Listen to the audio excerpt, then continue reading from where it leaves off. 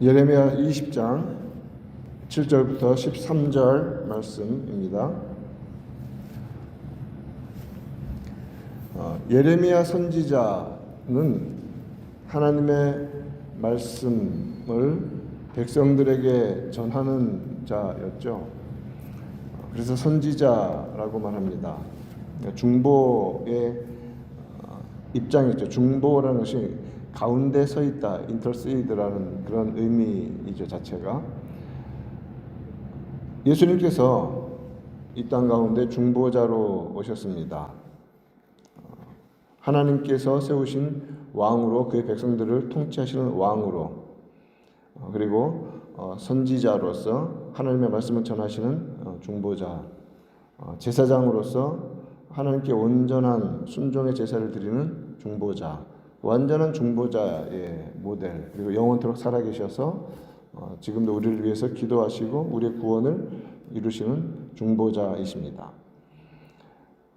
그 일을 온전히 감당하기 위해서 필요했던 것은 우리는 잘 알고 있죠. 예수님의 십자가의 죽으심이었습니다. 순종, 죽음에 이르는 순종. 그것은 예수님께만 해당되는 것이 아니라 모든 온전한 중보를 행하는 자들에게 있는 그러한 일들입니다. 왜냐하면 완전하신 하나님과 하나님을 거역한 자들, 사람들 사이에 서 있기 때문에 그 고통과 그 사이에서 느끼는 아픔은 언제나 있을 수밖에 없는 것입니다. 예레미야는 하나님과 백성들 사이에서 우리가 여러 차례 보았지만 백성들을 위해 중보하며 기도하였고 또 하나님의 말씀을 있는 그대로 전달했습니다. 그러한 중보자의 사역을 감당할 때에 만약에 백성들이 그 메시지를 듣고 회개하고 돌아온다면 그 기쁨이 얼마나 크겠습니까? 하나님의 말씀을 전하는 기쁨, 하나님께 칭찬받고 사람들은 믿음으로 회복되는 일들, 그러한 일들 속에 그 사명을 감당하는 자라면 정말 큰 기쁨이 있을 것입니다. 마치 복음을 전할 때 복음이 전파되고 구원받는 백성들이 많아지는 그런 역사들, 초대교회 때 막 일어났던 그런 일들, 그 사이에서 그 일을 감당하는 사람이라면 얼마나 큰 기쁨이 있겠습니까? 그러면 또 선지자로서의 권위를 지킬 수도 있고 여러 가지 좋은 일들이 많습니다. 그런데 교회의 역사, 성경 전체를 보면 그러한 잠깐의 그러한 회개와 그런 일들은 있었지만 대다수의 경우는 사실은 반대의 경우죠. 하나님의 말씀을 끝까지 거부하고 죄악과 멸망으로 치닫고 있는 백성들이 있습니다. 하나님은 그의 완전하신 말씀을 전하라고 하십니다. 그 사이에 서 있습니다. 예레미야가. 그러니 그의 삶은 힘겹고 어려울 수밖에 없는 것이죠. 후자에 해당하는 것입니다. 고통을 감내해야 합니다. 7절과 8절 말씀, 7절 후반부부터 보면 먼저 7절을 보십시다. 주께서 나를 권유하심으로 내가 그 권유를 받았습니다. 주께서 나를 택하셨고 나를 부르셨고 선지자로 세우셨기 때문에 내가 그 권유를 받고 주께서 나보다 강하사 이기셨으므로 주의 말씀이 너무나 강하시고 주님께서 나를 보내셨으므로 이기셨으므로 그 다음에 가서 사역을 할 때 어떤 결과가 나타났습니까? 내가 조롱거리가 된다는 것입니다. 사람마다 종일토록 조롱합니다. 내가 말할 때마다 외치며 파멸과 멸망을 선포합니다. 왜요? 하나님이 그렇게 말씀하시니까. 그러니 여호와의 말씀으로 말미암아, 다른 이유가 아닙니다. 여호와의 말씀으로 말미암아 내가 종일토록 치욕과 모욕거리가 됨이니이다. 예수 믿는 자들, 주를 섬기는 자들에게 있어 고난이 마땅히 다가온다고 성경은 여러 곳에서 말하고 있습니다.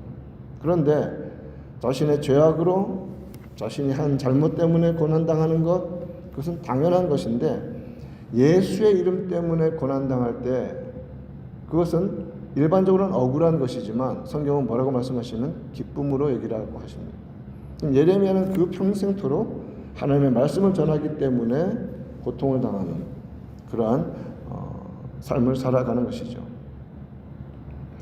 오늘 우리가 7절부터 읽었는데 20장 초반부에 보면 제사장 바수훌 여호와의 성전의 총감독이라고 1절은 나옵니다. 그가 여호와의 성전을 총감독하는 자인데, 그러니 예레미야는 하나님의 말씀을 따라서 이 성전에서 거짓 제사 드리지 말라고 이렇게 선포하고 멸망한다고 말하니까 바술이 어떻게 합니까?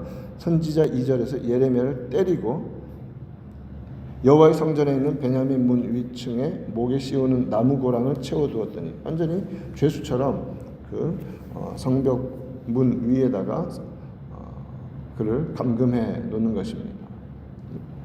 치욕을 당하고 모욕을 당하고 힘겨운 일이 답니다. 이유는 딱 한 가지입니다.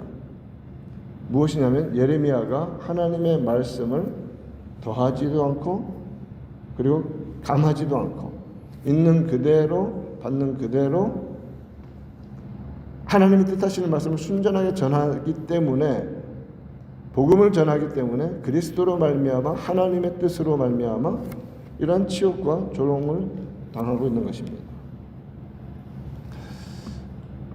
만약에 그 정도까지 일이 너무너무 힘겹게 계속 진행된다면, 온전한 믿음으로 계속해서 나아가지 않는다면 어떻게 할까요? 그냥 입을 다물어 버릴 수도 있겠죠. 아유, 내가 입만 안 열면 이 고통을 안 당할 텐데 라고 불평할 수도 있고 그럴 수도 있습니다. 그러면서 또 사실은 하나님, 저도 할 만큼 다 했습니다, 이제 정말 못하겠습니다 라고 자기 합리화에 빠져버릴 수도 있습니다.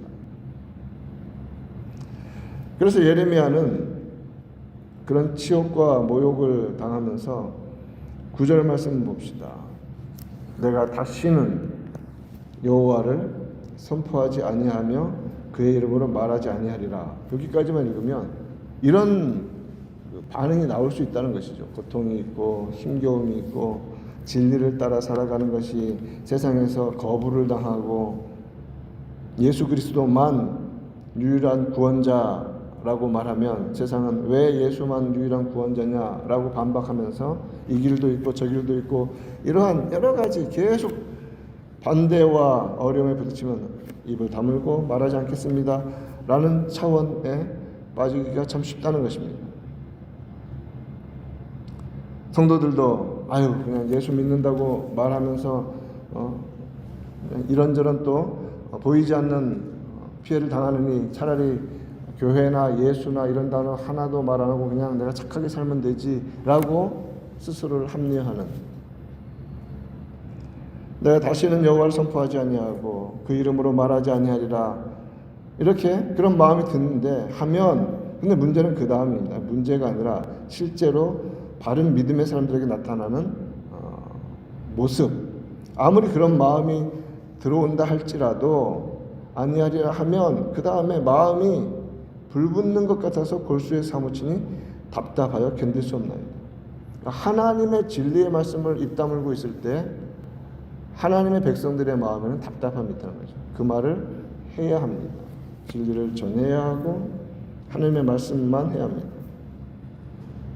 그것이 하나님이 우리를 붙잡아 주시는 역사입니다. 주의 성령께서 바른 믿음의 사람들의 심령 속에서 거하시면서 이것도 싫고 저것도 싫고 신앙도 싫고 여러분 그런 주변의 말들이 얼마나 많이 있습니까? 그러나 진정한 성도는 예배의 자리, 하나님을 섬기는 자리를 결코 떠날 수가 없습니다. 벗어날 수가 없습니다. 고통이 있고 오해가 있고 힘겨움이 있을지라도 성령 하나님께서 우리의 영혼 속에서 역사하여 주시어서 우리를 강하게 하십니다. 그 출발, 예레미야에서 보여주는 출발은 마음이 답답하여 불붙는 것 같아서 골수에 사무친다고 말합니다. 그래서 주변 사람들이 하는 말들이 비방과 사방이 두려움을 들었다고 말합니다. 고소하라, 우리가 고소하겠다, 우리를 원수를 갚겠다 10절에서 그렇게 말하죠. 그러나 마음이 답답하고 힘겨울 때 주께서 주시는 확신은 무엇입니까? 주변의 소리는 여전히 변함이 없습니다. 그러나 11절 그러하오나 여호와를 붙잡는 것입니다. 여호와는 두려운 용사 같으시며 나와 함께 하시며 내가 너와 함께한다. 두려워하지 말라. 담대하라. 어디로 가든지 지극히 담대하여라 라고 말씀을 하신다는 것이죠. 나와 함께 하시며 그러므로 나를 박해하는 자들이 넘어지고 이기지 못할 것이라고 말씀하십니다. 앞부분에서 8절에서는 내가 종일토록 치욕과 모욕거리가 된다고 하였습니다. 그런데 하나님을 기억하니까 그들은 11절 후반부에서 지혜롭게 행하지 못함으로 큰 치욕을 당하오리니 그 치욕은 길이 잊지 못할 것입니다. 하나님을 섬김으로 당하는 치욕은 잠깐이지만 하나님을 대적하고 하나님을 믿지 않고 복음을 방해하는 이러한 일들로 인한 치욕은 영원한 것입니다. 그것을 예레미야는 깨닫는 것입니다.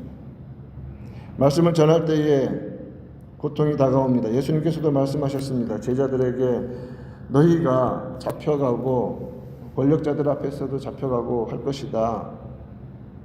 나로 말미암아 핍박을 당할 것이다. 그러면서 마태복음 10장 19절 20절에서 너희를 넘겨줄 때에 어떻게 또는 무엇을 말할까 염려하지 말라라고 하시죠. 그때 너희에게 할 말을 주시리니 말하는 이는 너희가 아니라 너희 속에서 말씀하시는 이 곧 너희 아버지의 성령이시니라. 성령께서 예레미야의 심령을 붙잡아 주신 것처럼 예수님께서는 제자들에게 어디로 가든지 누가 너희를 붙잡든지 어떤 상황이 있든지 복음을 온전히 말하게 하시는 성령께서 말씀하게 하실 때 순종하면 된다 라고 그들에게 미리 격려하시고 가르쳐 주셨던 것입니다. 하나님은 살피시는 하나님이십니다. 12절에서 의인을 시험하사 그 폐부와 심장을 보시는 만군의 여호와. 그러므로 예레미야는 주변 상황의 이러한 모든 일들을 통과하면서 하나님을 바라봅니다. 하나님은 어떤 분이신가? 내 중심을 보시는 하나님. 나의 사정을 주께 아뢰옵사온즉 그들에게 보복하심을 나에게 보게 하옵소서. 하나님께서 원수 갚는 것이 내게 있다고 말씀하셨습니다. 보복하시는 하나님. 하나님이 모든 것을 아시고 갚으시며 인도하시고 이끌어 주실 것입니다.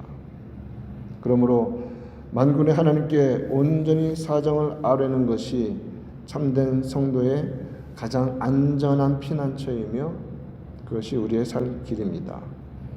하나님을 찬양하며 살아가는 오늘이 되기를 바랍니다. 여호와께서는 중심을 하시고 하나님은 친히 보응하시는 하나님이십니다. 상 받을 자에게 상을 주시고 벌 받을 자에게 벌을 주시는 진리의 하나님이십니다. 구원의 하나님을 온전히 따르며 믿음으로 살아가는 은혜가 있기를 우리 구 예수님의 이름으로 축원드립니다.